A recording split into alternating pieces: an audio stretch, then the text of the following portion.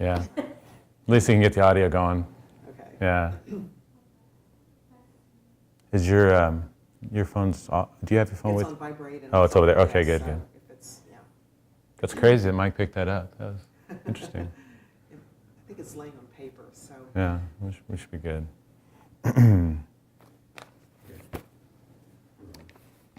Cool. All right, yeah, can you go ahead and say your Sure. name? My name is Dolores Seawright, and it's spelled Seright.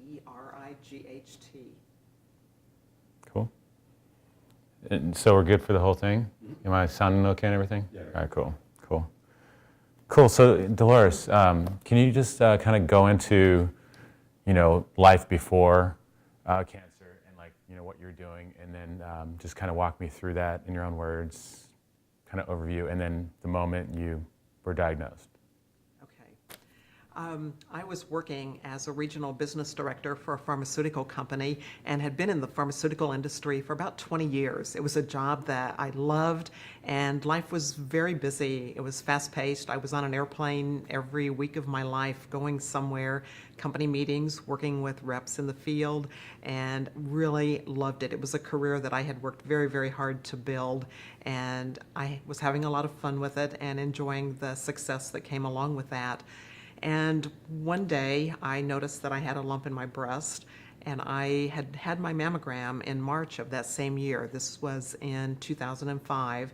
I'd had a mammogram, and that summer I noticed a lump, and I really, very honestly, wasn't very concerned about it at that point because I had had fibrocystic breast disease and had had a history of having some lumpiness in my breast from the time I was in my early 20s. And so I wasn't panicked. And things were very, very busy in my career at that time. I was on the road a lot. So I told my husband, I said, I'm going to get it checked out just as soon as we get through this next stage of work that we were doing. So I went in, had a mammogram, went into the doctor's office, and they said, don't be concerned, it's probably nothing. And they sent me back for an ultrasound, and when that result came back, I honestly could look at the tech's face and knew that there might be a problem. So I went into the physician's office, my surgeon, and he said, we're going to do a biopsy, but we might have some concerns. And they did the biopsy, and he set me down, and he looked at me, and he said, you're going to face the hardest thing you've probably ever had to face in your life. You have breast cancer. And so that was the day I got the message and the diagnosis, and it was terrifying. What was going through your mind as soon as he said, cancer, you have cancer? It was scary because you hear the word cancer, and it's like you think, am I going to live? Will I survive this? So that was the first thought that went through my mind. And how much did you know about cancer before going into it? I knew almost nothing. I didn't have anyone in my family that had ever had cancer, so it was something that I had to learn about. I didn't know anything. How did you do your research on the cancer that you had? I did my research on the internet, and the internet is an awesome place to find anything that you want to know. And I was really diligent about it. I wanted to find out about the type of cancer that I had as soon as I got the very specific diagnosis, because I was HER positive and I also was estrogen positive. So I had, as my doctor said, you've got good news and bad news with the HER positive cancer. It's very aggressive. But there is a drug that's called Herceptin, and he said this is a drug that is very, very good. And so I knew that I was going to be facing the challenge of an aggressive cancer, but also that technology and the pharmaceutical industry had come to the point where there were some good options for me. So back to your original question, how did I research it? I spent hours and hours and hours on the internet. I looked for everything from information about the type of cancer that I had to what the potential treatments were and what I should expect as I went through the process of the chemo and radiation. Did you have any luck finding it? Like, was it difficult? Did you, how long did it take you to figure out what you needed to do?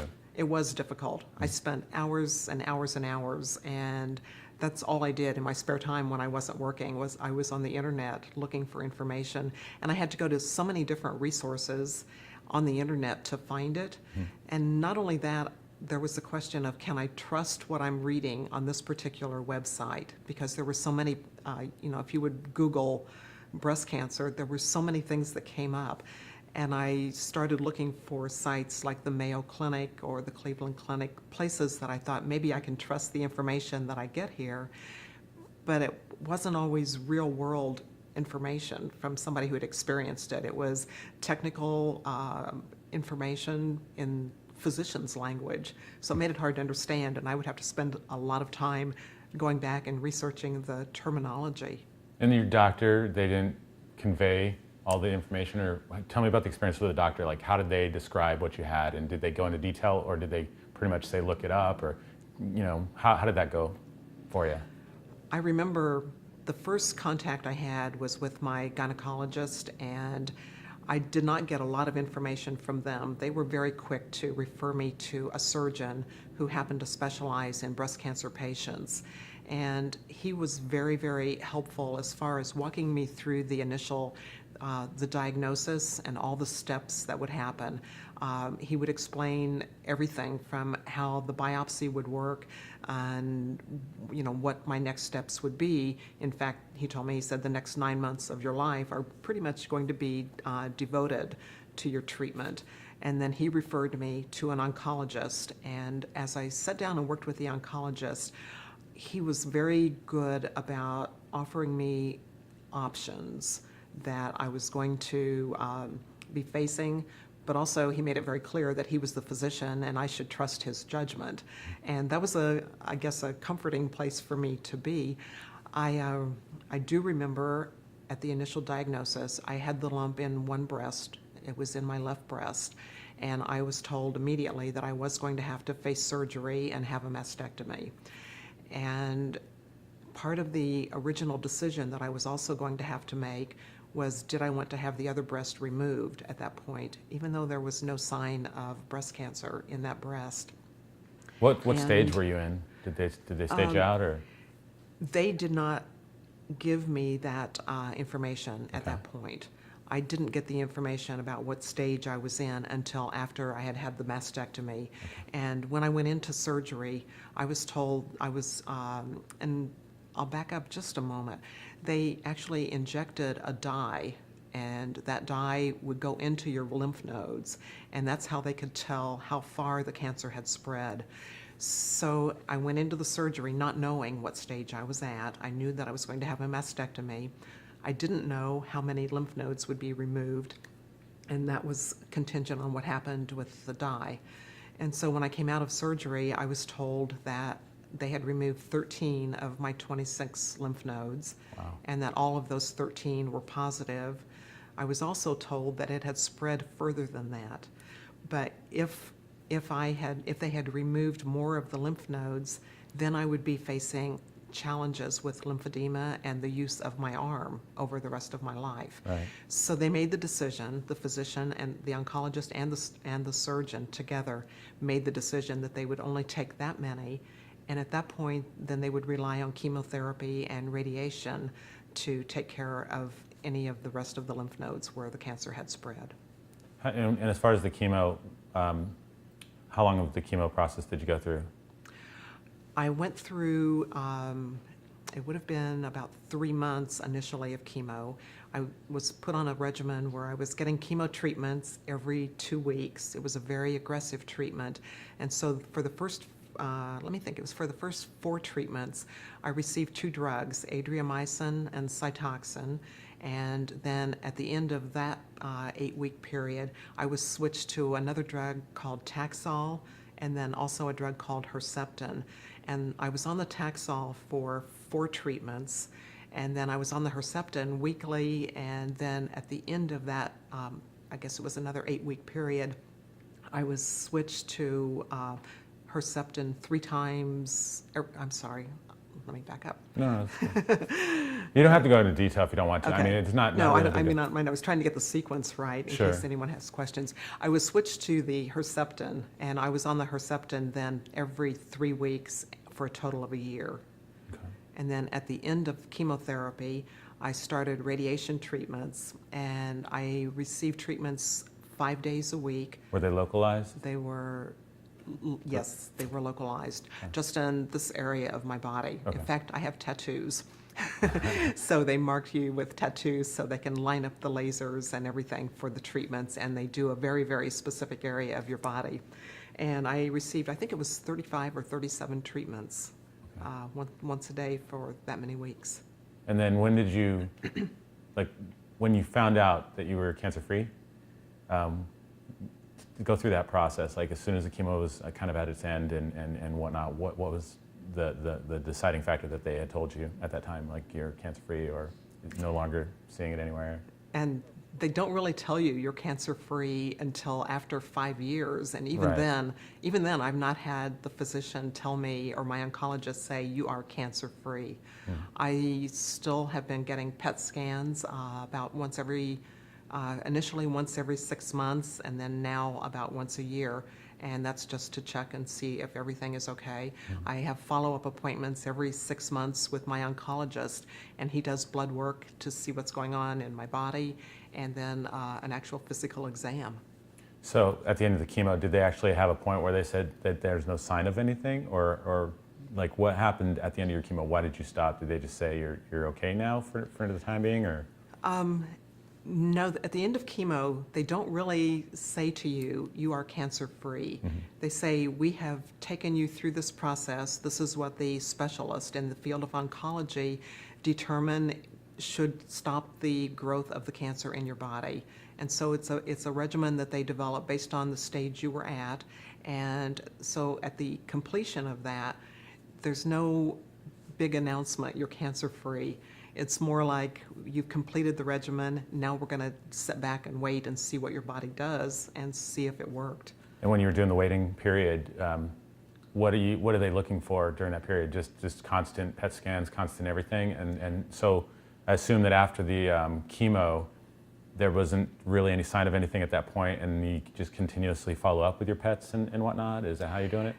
It's really for me, it was a very frightening time when I finished chemo and radiation, because during the entire process from December of 2005, when I was diagnosed, I had a support team of medical staff and personnel around me.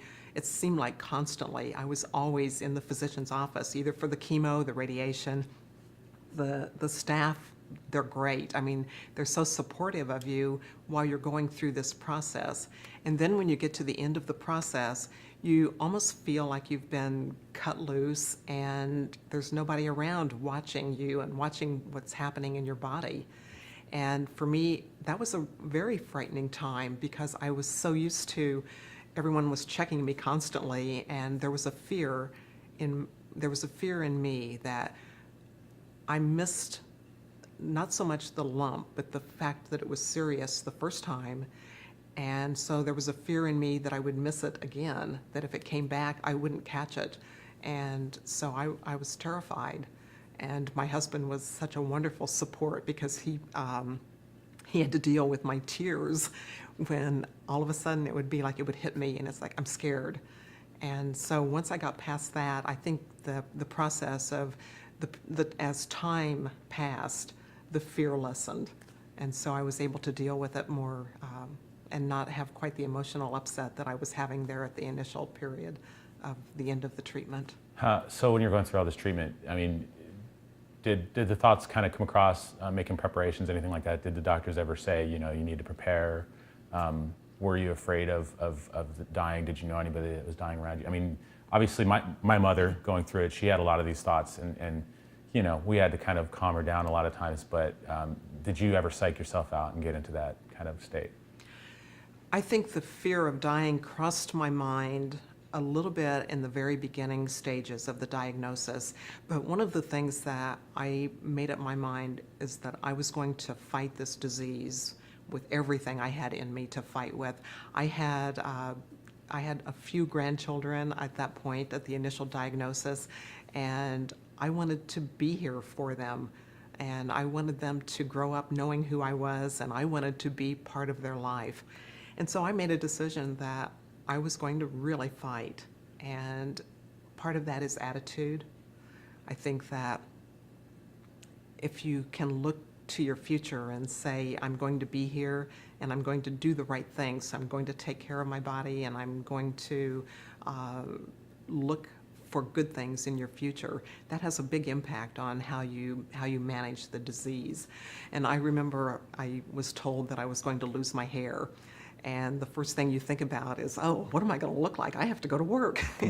And so I went out and I thought, okay, this is one time I can find out, do blondes really have more fun? So I bought a blonde wig and I got a strawberry blonde wig.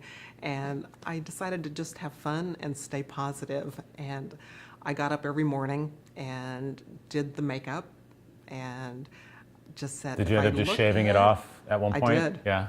I did. I had a funny story to tell because I have a hairdresser here in town. I called him and I said, I need you to shave my head. And he said, I've never done that before. And I didn't think I could do it myself. So I said, well, this is going to be a first then. I'm coming in and you're going to have to shave my head. And I thought that would be easier than dealing with hair all over the place. Let's just get rid of it all at once. So I shaved my head, and he still tells the story about when I came in, and he had to go looking for a razor so he could shave my head. But he trimmed my wigs, and I got to the point where by the end, when my hair grew back, I was really spoiled because now all of a sudden I had to start learning to do my hair again, and it took longer. So you get really spoiled when you just pull the wig on and you're out the door. Yeah. But the attitude made a difference, and I think blondes do have more fun. Were there, I assume work stopped at this point, or were you still It did going to not. work? It did not. You were still going to work this whole time. I worked through the entire process. I had it scheduled that I went in for my chemo treatments on a Thursday morning, and I was still able to work that afternoon.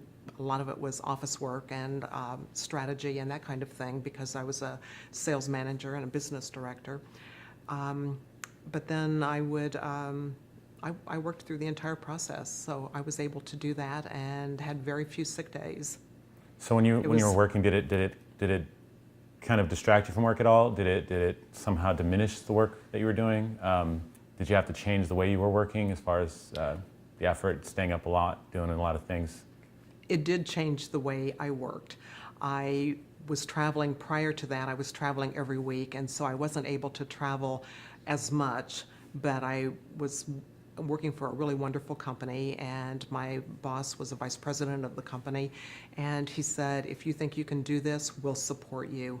And we had a great year. I had a new team of managers. We had gone through a corporate reorganization, and I had a new team, and everyone just kind of pulled behind me and said, we're going to make this year successful. And they did, and that year our team went from last place in the division to first place. We were able to get the job done. And I spent a lot of time myself working with people on the phone. It was really a common sight to see me when I was in the chemo room. I'd have an IV in my arm, and I'd have my laptop. I was working, or sometimes I'd be off to the side on a conference call. And I could still manage to do all of that through the entire process. Interesting. So. Were there things before you had been diagnosed that you felt after diagnosis, man, I wish I would have done that? And did you decide to partake in those things after the diagnosis and once you were kind of better? What kind of things are you? Anything,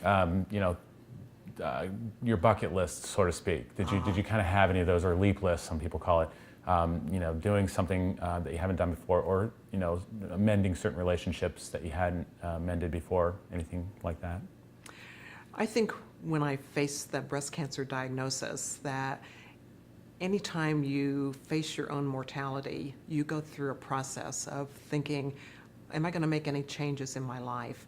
And the biggest change that was important to me was even though I had loved this corporate job that I had, I decided at the end of that year that I needed to retire. I didn't want to be part of that rat race any longer, and I wanted to leave it behind, so I had the time to do the things that I really loved in my life.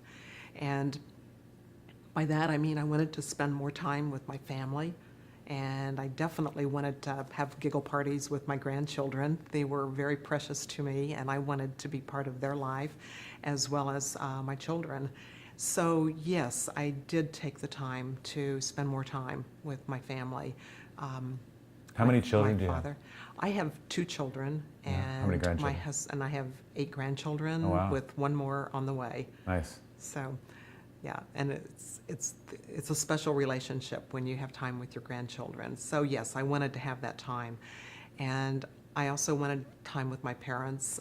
My father was ill, and we knew that his health was deteriorating, and he was still living in Indiana while I was here in Arizona. So I took time to go back and spend time with him, and which I am very happy that I took that time. That was important to me and to him.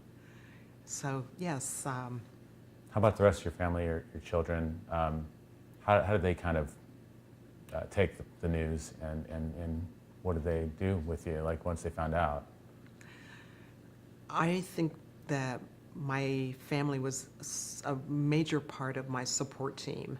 I was very, very fortunate that my daughter, who lives here in Phoenix, had a person that was very, very close to her that had been treated and is still being treated for terminal melanoma.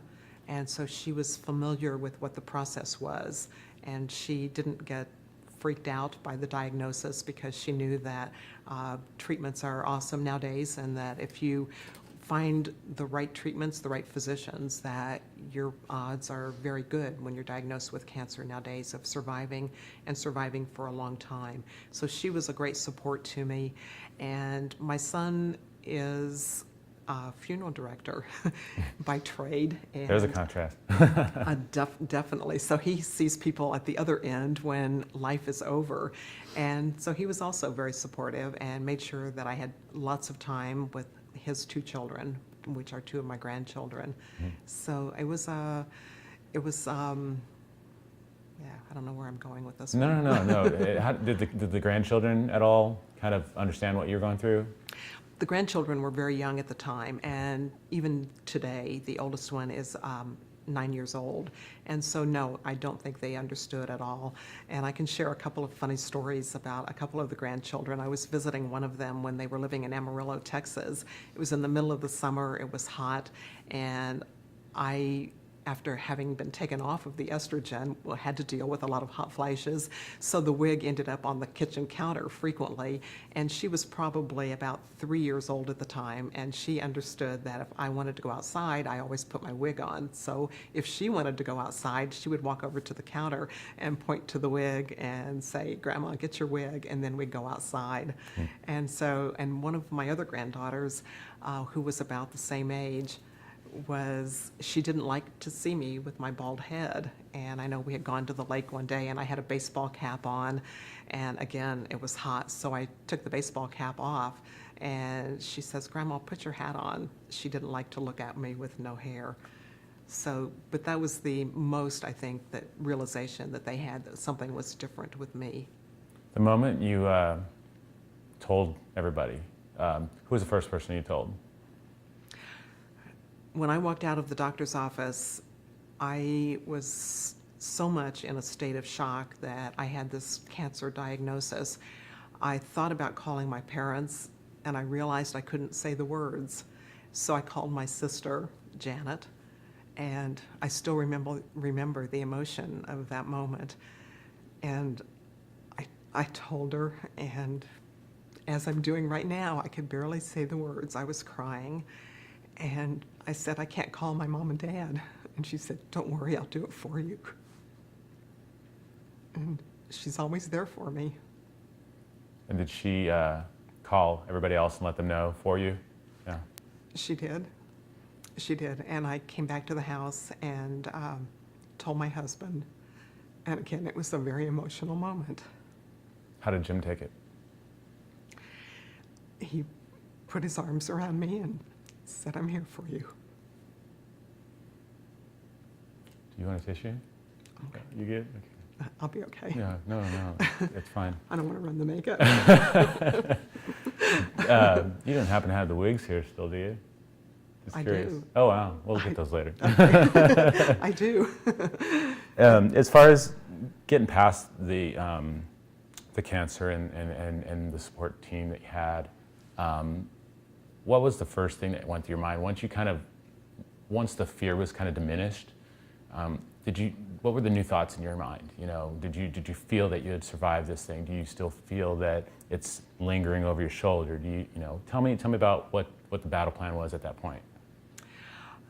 I can say that yes, I feel like I've survived breast cancer, and not only survived, but surpassed it, because that diagnosis of breast cancer made me really step back and say, what do I want to do with my life? What's important to me? And so I look at it as something that was an eye-opener. I faced my mortality and made a decision that it's part of my history. And the lessons that I learned from going through the experience really taught me a lesson that what's important to me is helping other women. And I had to find a way to do that. So I began by volunteering at an organization in Phoenix, Fresh Start Women's Foundation, where I could help women who were trying to put their life back together. And the one piece of it that I think was challenging for me was people would come to me and say, do you want to volunteer with other organizations for breast cancer? And it was like I was, at that point, I was still too close to it to feel like I was emotionally strong and could be emotionally strong to someone else who was going through that experience. So I chose instead to work with something else that was dear to my heart, and that was women who needed to feel like they could achieve more or wanted to achieve more in their life and didn't know how to do it. And I felt like I could help there. So you're basically, the fulfillment that you have now is by helping other women. You're still doing the empowerment thing and talking to other women, showing them how to be strong and kind of get into the workforce? Or can you go into that a little bit, like in more detail? I know you had explained it to me before, but I can't explain it as much as you have, because you probably talk about it more than I. Sure. What I do a couple of things, and the first thing is that